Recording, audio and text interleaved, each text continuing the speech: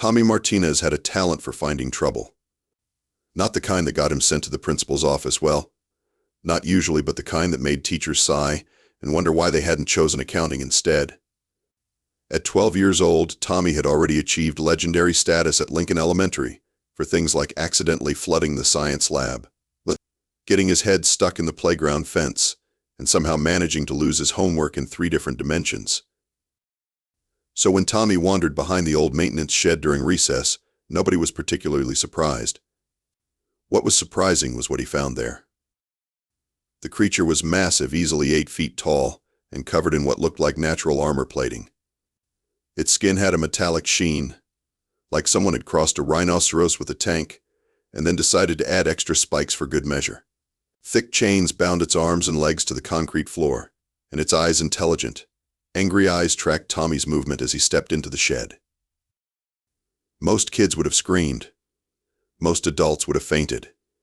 Tommy tilted his head and said, "Cool. Are you like a really big dog or something?" The creature blinked. Slowly. "I am Korthak, battle commander of the Third Valdorian Fleet." It rumbled in a voice that could probably shatter windows. "I have conquered 17 worlds and led 10,000 warriors into glorious combat." Tommy nodded thoughtfully. "That's neat. I'm Tommy. I got a B+ on my history test yesterday, which is basically the same thing." He walked closer, completely ignoring the fact that this thing could probably eat him as a light snack. "Why are you chained up? Did you bite someone?" Korthak stared at this tiny human spawn who showed absolutely no fear in the presence of a legendary Valdorian warrior.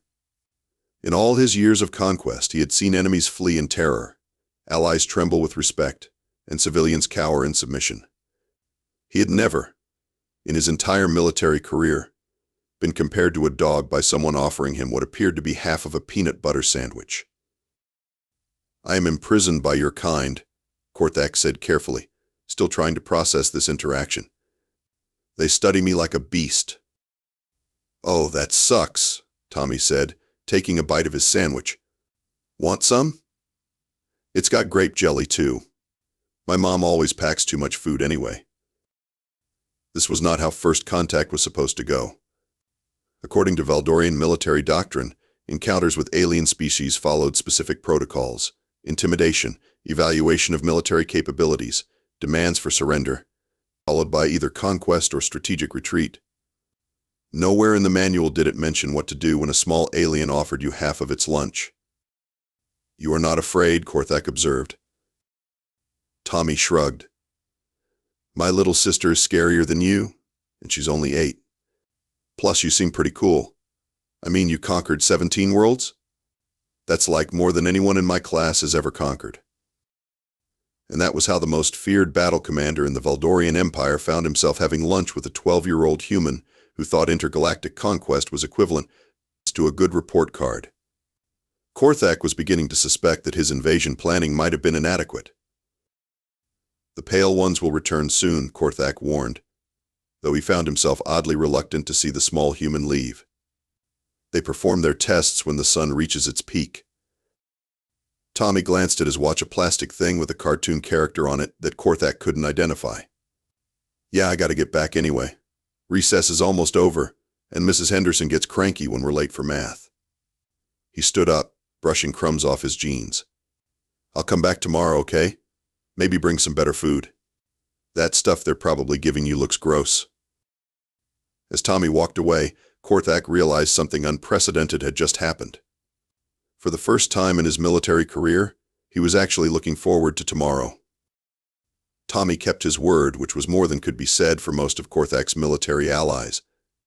The next day, the small human returned with a backpack full of what he called the good stuff juice boxes, cookies shaped like fish, and something called string cheese. That Tommy seemed convinced was a delicacy.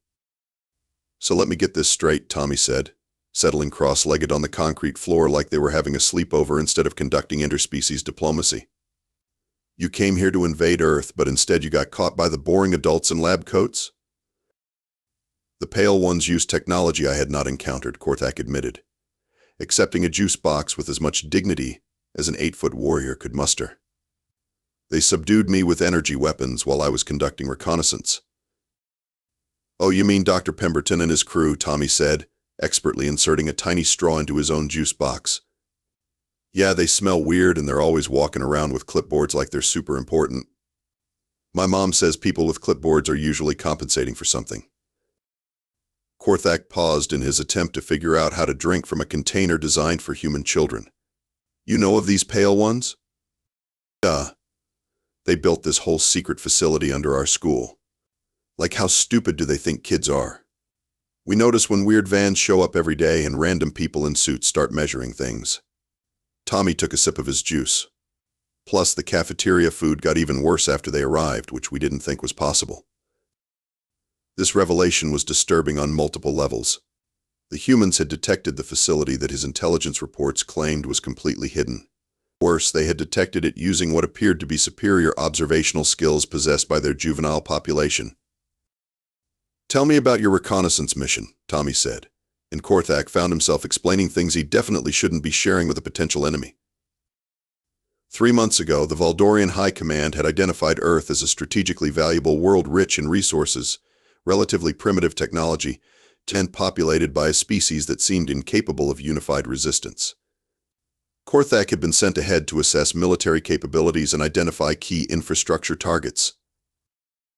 So basically, you were supposed to figure out how to beat us up and take our stuff, Tommy summarized. That is a crude but accurate assessment, Korthak admitted. Cool. Want to see my Pokémon cards? The cultural exchange that followed was unlike anything in Valdorian military history. Tommy explained the complex strategic elements of something called Pokémon battles, while Korthak described the orbital bombardment techniques used in the conquest of Zeridian Prime. Tommy shared his theory that math homework was a form of psychological warfare, while Korthak detailed the siege tactics that had broken the fortress worlds of the Outer Rim. Your species trains its young for warfare through games, Korthak observed, studying a card featuring what Tommy called a Charizard. I guess, but mostly we just think they're neat. This one's my favorite because it looks like it could beat up anything. Tommy held up a card showing a small, round creature. This is Pikachu. He's electric type and super cute, but he can totally wreck you if you're not careful. Korthak examined the image of the tiny yellow creature. It appears harmless. That's what makes him dangerous. Nobody expects the cute ones to be powerful. Tommy grinned. Kind of like humans, right? The observation was more insightful than anything in Korthak's intelligence briefings. His reports had dismissed humans as weak due to their physical limitations and lack of natural weapons. But this small human showed no fear of a creature that had terrorized battle-hardened warriors. More concerning, the child had casually revealed that Earth's juvenile population had surveillance capabilities that exceeded Valdorian expectations. Tommy, Korthak said slowly, how many of your kind are like you? Like me how? Devastatingly handsome and brilliant? Tommy struck a pose that probably looked heroic in his mind. Or do you mean the part where I'm not scared of weird stuff? The latter. Tommy considered this seriously. I mean, kids are pretty much fearless until adults teach them to be scared of things. My little sister once chased a raccoon out of our garbage can with a pool noodle. My friend Jake tried to pet a wild coyote last summer. Most grown-ups think we're crazy. But we just see cool stuff and want to check it out. Korthak was beginning to understand why the Valdorian invasion might encounter unexpected difficulties. While Tommy was conducting successful diplomatic relations with juice boxes and Pokémon cards, the actual professionals were handling things with their usual level of competence. Which is to say, terribly. Dr. Richard Pemberton adjusted his thick glasses and stared at the monitor displaying biometric data from Subject X1, the designation he'd given to what was obviously the most significant discovery in human history. Unfortunately, Dr. Pemberton had the imagination of a particularly dull rock and the social skills of a caffeinated hamster. Remarkable, he muttered, making notes on his clipboard. The specimen continues to show elevated stress responses during feeding time. What Dr. Pemberton didn't realize was that Korthak's stress responses were actually frustration at being offered nutritional paste when he knew perfectly well that humans had access to something called pizza that Tommy had described in glorious detail. Dr. Agent Patricia Vance said, entering the observation room with her own clipboard because apparently you couldn't work in a secret government facility without one. Washington is asking for an updated timeline on the intelligence extraction. Agent Vance had climbed the government ladder by mastering the art of looking busy while accomplishing nothing. She treated alien first contact the same way she treated quarterly budget reports, as a bureaucratic inconvenience that would eventually resolve itself if she filled out enough for some MS. The specimen remains uncooperative, Dr. Pemberton replied, which was his way of saying that Korthak had ignored every attempt at communication while somehow managing to convey extreme disdain through body language alone. Have you considered that it might be intelligent? Vance asked, though she was already thinking about the paperwork required to officially classify their prisoner as sentient. Highly unlikely. Observe its behavior patterns. Pemberton pulled up video footage of Korthak sitting motionless in his restraints. No tool use, no complex vocalizations, no signs of higher reasoning. What the footage didn't show was Korthak choosing not to break his chains because Tommy had asked him to wait a little longer, or the complex philosophical discussions they'd been having about the nature of conquest versus friendship, or the fact that Korthak had learned more about human society from a 12-year-old than these two had learned about Valdorian culture in 3 months. Meanwhile, Tommy was revolutionizing interspecies relations by bringing Korthak a homemade sandwich and asking genuinely interested questions about alien military strategy. "So wait," Tommy said, unwrapping a turkey sandwich that looked infinitely more appealing than the gray paste Dr. Pemberton had approved for specimen nutrition. "Your people have ships that can blow up whole planets?" "Indeed. The Dreadnought-class vessels carry sufficient firepower to crack continental plates." "That's so cool, but also kind of mean. I mean, what if there are people on those planets who are nice? Like, what if they have kids who just want to play Pokémon and eat sandwiches?" Korthak paused. In all his years of military service, no one had ever asked him about the moral implications of planetary bombardment. Strategic value, resource allocation, casualty projections, these were discussed extensively.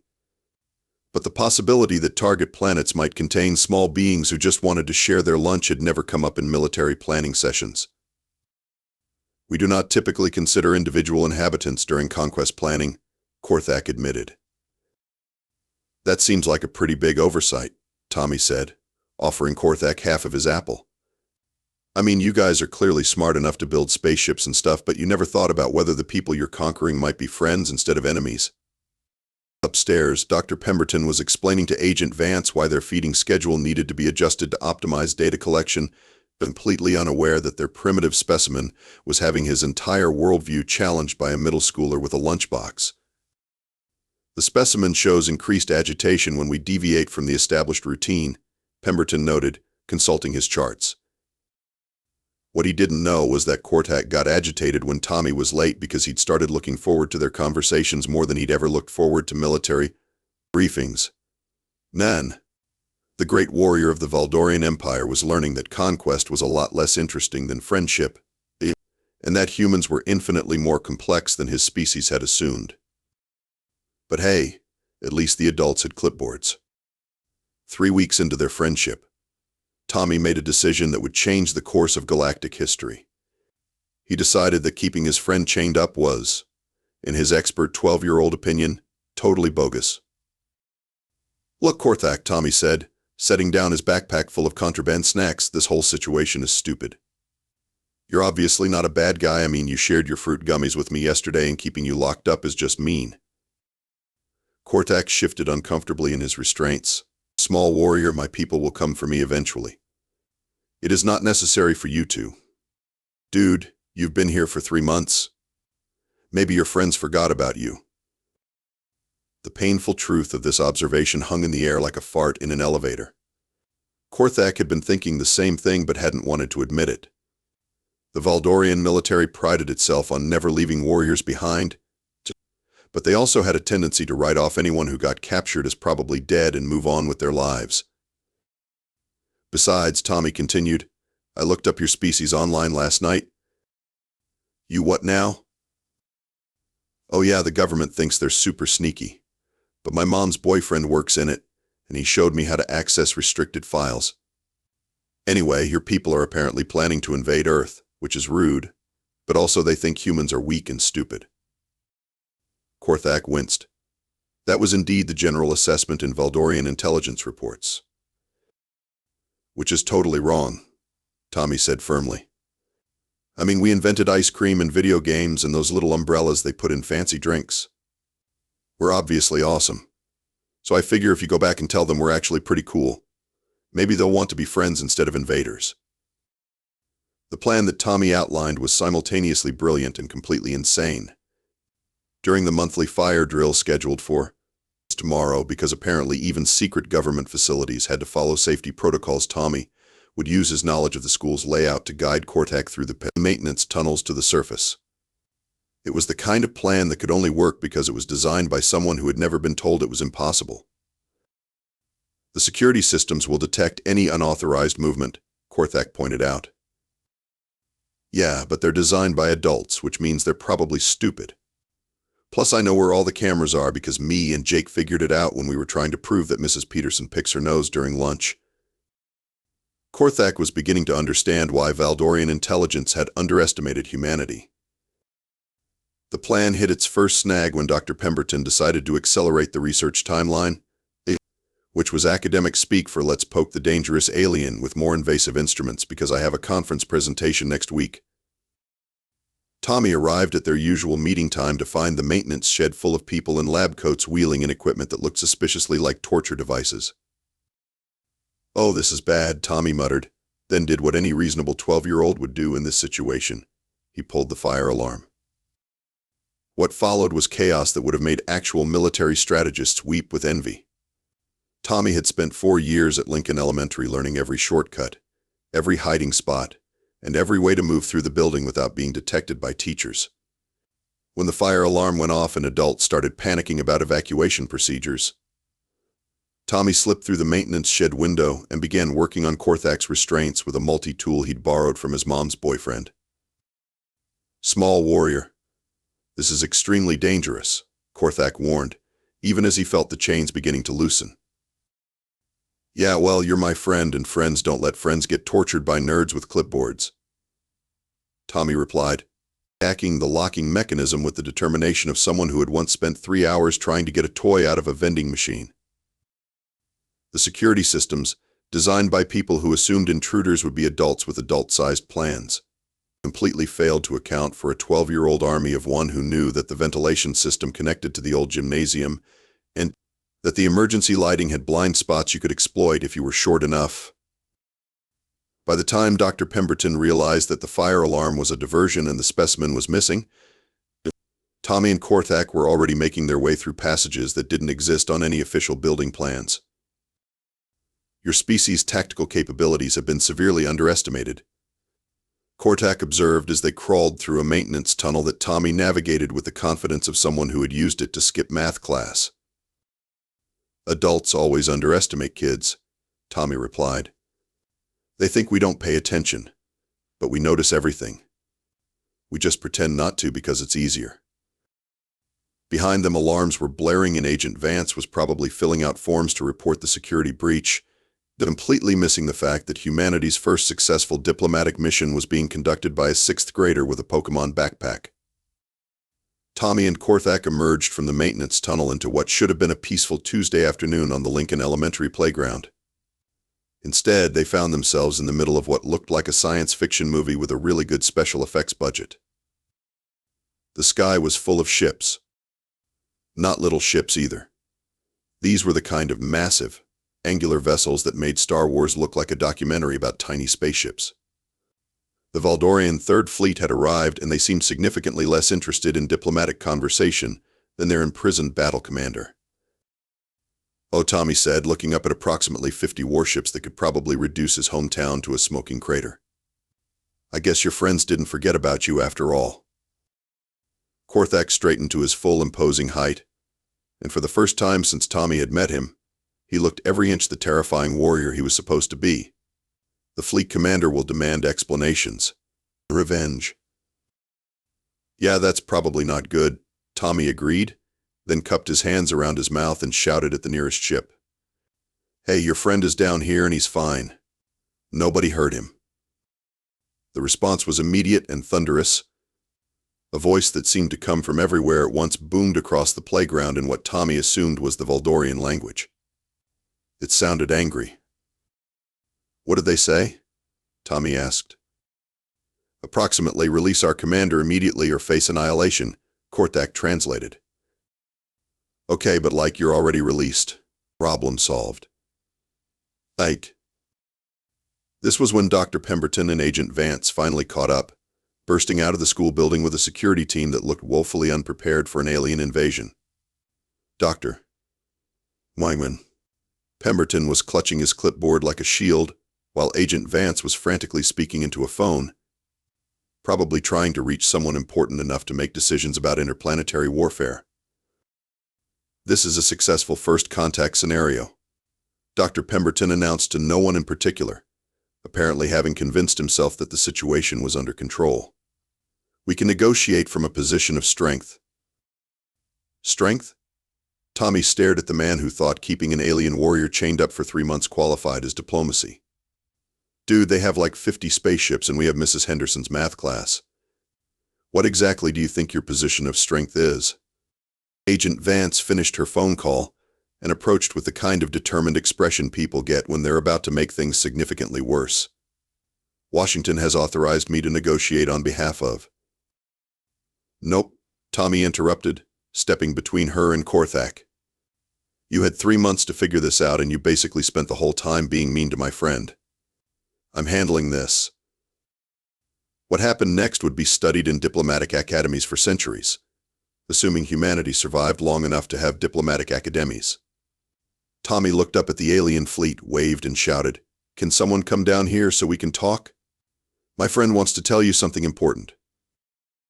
The largest ship responded by landing in the middle of the playground, which was definitely going to require some creative explanations on tomorrow's incident report.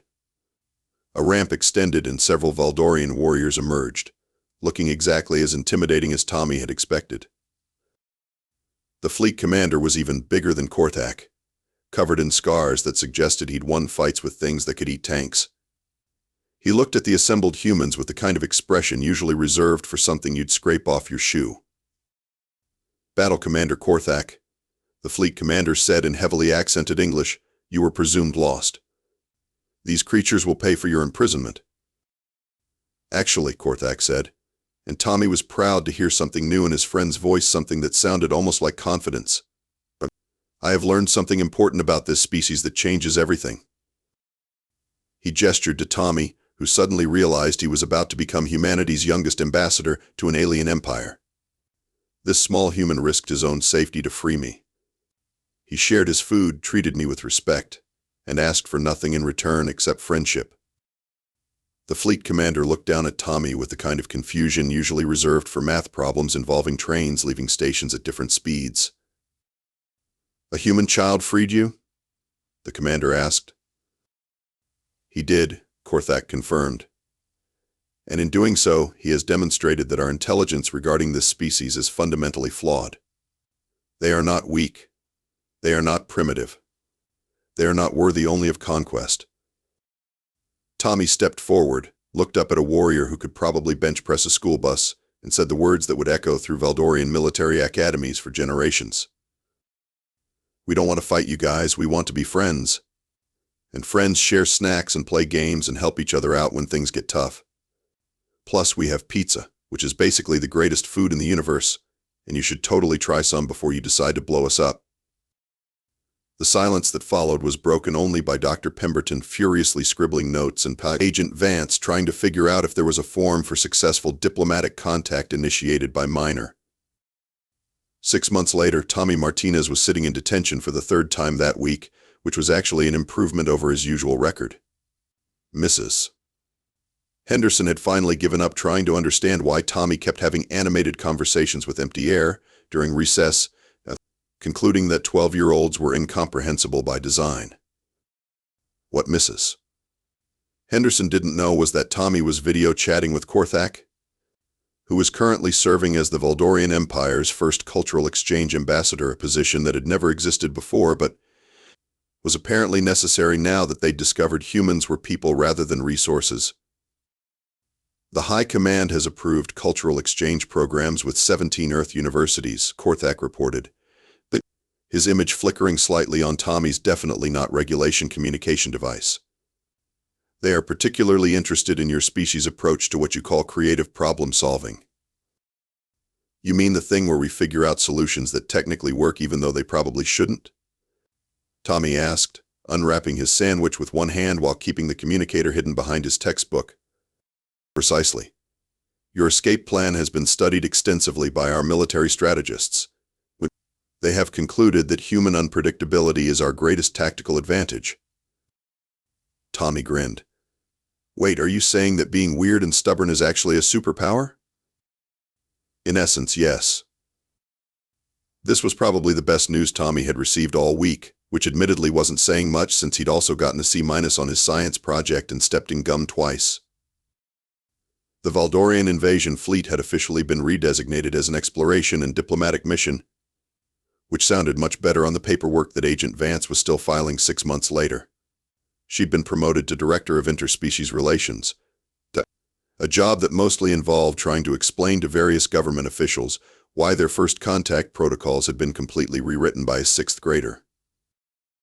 Dr. Pemberton, meanwhile, had been reassigned to a position that better suited his talents, filing reports about other people's reports. He spent his days in a windowless office, documenting the documentation that other people had written about documents, which was probably the most useful thing he'd ever done. How's the pizza diplomacy going? Tommy asked, because apparently introducing aliens to Earth cuisine had become a cornerstone of interspecies relations. Remarkably well. The crew of the flagship Devastator has declared pizza to be superior to our traditional ration cubes. There have been requests for something called buffalo wings and ice cream sundaes. Dude, wait until you guys try chocolate chip cookies. Your minds are going to be blown. The cultural exchange program had been more successful than anyone could have predicted.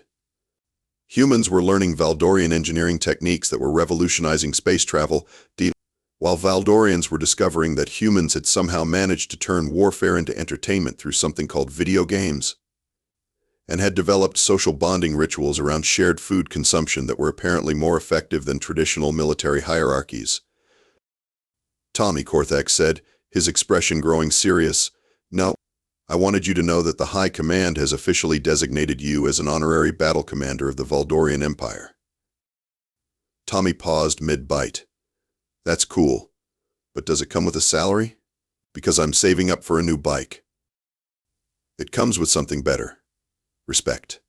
And the knowledge that you accomplished something no warrior in our history has ever managed. What's that? What's that? You ended a war before it started, using nothing but kindness and really good sandwiches. Tommy considered this. It was probably the coolest thing anyone had ever said about him, and it was definitely going on his college applications in a few years. Plus, Korthak continued, you have taught us that the strongest species in the galaxy are not always the ones with the biggest weapons. Sometimes they are the ones brave enough to offer half their lunch to a stranger. Mrs. Henderson cleared her throat loudly, reminding Tommy that he was supposed to be writing "I will not disrupt class with my imaginary conversations" 100 times. I gotta go, Tommy whispered to his communicator. But hey, next time you're in the neighborhood, bring some of those gummy things your people make. The blue ones are awesome. I will, small warrior. Until next time. Tommy tucked the communicator away and picked up his pencil. As he started writing his sentences, he couldn't help but smile. He'd gotten detention for talking to his imaginary friend. But his imaginary friend happened to be an 8-foot alien warrior who commanded a fleet of spaceships and had helped prevent an interplanetary war. Not bad for a Tuesday. Outside, a small Valdorian scout ship performed a subtle flyby of Lincoln Elementary, dropping off a care package that would mysteriously appear in Tommy's locker later that day. It contained alien snacks, a friendship bracelet made from space-age materials, and a note that read, "From one warrior to another. Thanks for teaching us that the universe is better with friends." Mrs. Henderson noticed Tommy smiling during detention and made a note to assign him extra homework. She had no idea that she was punishing the kid who had just saved the world by being decent to someone who needed a friend. But then again, Adults rarely understood what kids were really capable of. And maybe that was humanity's greatest strength of all, the fact that a 12-year-old with a juice box and a kind heart could accomplish what trained diplomats never even attempted. After all, sometimes the most important battles are won not with weapons, but with the simple decision to share your lunch with someone who looks different from you. And that, as Korthak would tell his grandchildren someday, is why humans are the most terrifying species in the galaxy, not because they're fierce warriors, but because they're genuinely nice people who will absolutely ruin your plans for galactic conquest by treating you like family. The Valdorian Empire never did figure out how to defend against that particular weapon.